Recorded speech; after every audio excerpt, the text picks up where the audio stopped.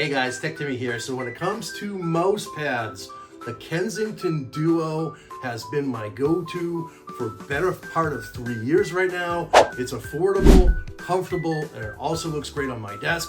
It has that ergonomic factor in terms of a nice gel wrist rest. But is it perfect? No. In fact, there's one main issue that if you're a power user like me and you're working constantly, you definitely need to know about. So I think what we'll do is I bought a couple more of these recently. So I will take one out of the box. We'll put a little scorecard up on screen and I will rank these in terms of overall design, comfort, functionality, affordability, and last but not least, durability. So without further ado, let's take this out. Let's take a new one out of the box and let's get into the review. Oh boy, it's Tech Timmy time. The Kensington Duo mousepad combines a durable surface for precise mouse movement with a gel pillow that conforms to your wrist's natural curve, providing exceptional comfort and support. It has two standout features.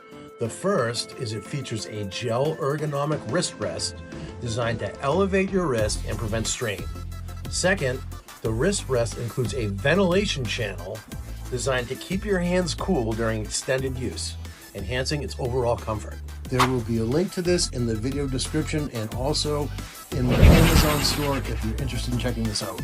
All right, so unboxing my go-to mousepad, the Kensington Duo, and the package itself is no frills for the most part. There's some marketing ease on here on the back, like, you know, it's got a ventilation channel, non-skid base, gel pillow, and all that is valid and legit.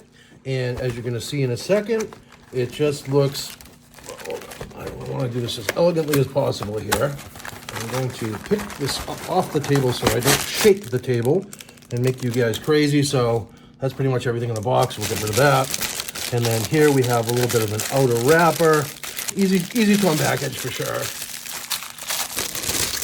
So yeah, so you know, it's just, the new one still makes me happy every time I take it out of the box. So we do have some basic documentation here, mostly warranty and legalese kind of stuff, but that's it with the document. And then on the bottom, we have this protective coating, which is nice, and we'll do a little peel in a sec. But for now, I just wanted to show you the difference. So, all right, so here is what my old one looks like. And as you can see, there's definitely a difference because I've been using it for a while. This is a little bit worn here. But I'll get into what happens more with wear and tear in a little bit. But for now, let's talk about why this pad stands out. So I'm going to get rid of this guy here for now.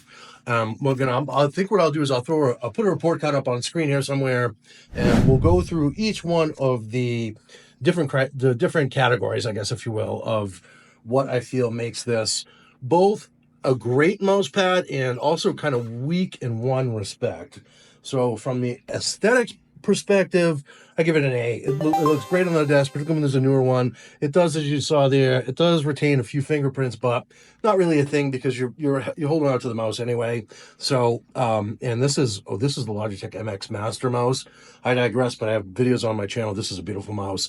And this mouse and this pad together, they just work great and they make me really happy. So aesthetics, grade A. And I'm sure you'll agree, it actually is very impressive looking. I like the blue and the black tone, and then sort of the black matte. Awesome. From a comfort perspective, I'm gonna give it an A+. This thing is saving my wrist right now, no question. So I love the fact that it's got this firm gel pad on the top, and it does keep my wrist up off the desk.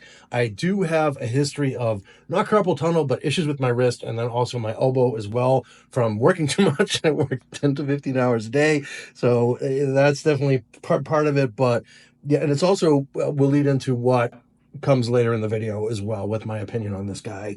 From a functionality perspective, I guess I would give it a B+. So the surface is smooth and my mouse glides really well on it.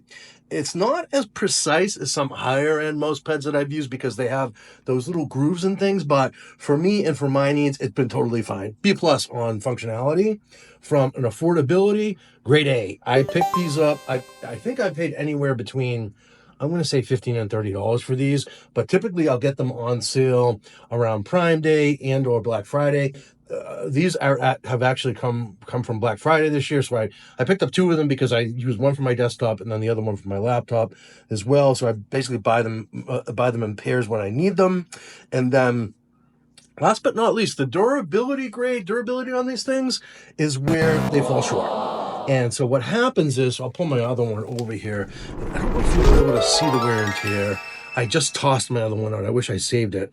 I do have another video that I've taken that shows the issue. What happens is, ultimately, once the gel pad wears down, and for me, I'm a power user again, 10, 15 hours a day, heavy editing, blogging, all that. I use these things like crazy. So that could be the whole issue, really. But what happens is that eventually this will wear out, and you'll basically get the stickum from inside. The gel is super sticky, and it oozes onto your wrist, onto your hand, all that. And it's actually hard to get off. You really need to scrub it off once you get that stickum on your hand. So that's really the only issue that I have with these guys. So other than that, this is a perfect mouse pad. So I would say, well, minus that one issue, and nothing's perfect in this world, guys, right? And it's probably the fact that I'm wearing these things out so often. So roughly every 3 to 4 months I've been replacing them. And at $30 a shot, that gets pricey. At $15, getting them on sale, it's really not that hard of a bullet to bite because I enjoy them so much, and they do look great. As you can see, so this one is roughly about 4 months old now. Some of that matte and shine has worn off, as you can probably tell here. And then of course you're gonna get some wear and tear like any mouse pad. But what the issue is, again, is in that gel wrist rest, you get the ooze sometimes, and that's no bueno. I don't like that. So if you're a heavy mouse user, know that going in. That's essentially it from the perspective of that issue. And I'll give you my overall verdict. Next, I'll switch over to my other setup. All right, so I promised you guys a peel in the last segment of the Kensington Duo mouse pad here, and a peel you're going to get. Just going to peel that off right there. Very satisfying. And then this area, the bottom part of the mouse pad does adhere nicely to the desk. There's no stickum or anything, but it's solid and does not move around at all, which is awesome. So I would say in terms of overall verdict, in terms of the affordability, the comfort factor, the ergonomic factor, and then also just the overall look of this thing, you can't beat it, in my opinion. I have not found anything that even comes close to this at a similar price point. If you guys have a favorite mouse pad and or you have had similar experience with this as mine, I would appreciate if you just dropped a comment down below and let me know. Might help some other folks out there as well. So that's basically it for the Kensington Duo review. If you got any value from this video, if you wouldn't mind giving me a thumbs up, helps out the channel a lot. I really appreciate it. Hope to see you in the next one. Cheers.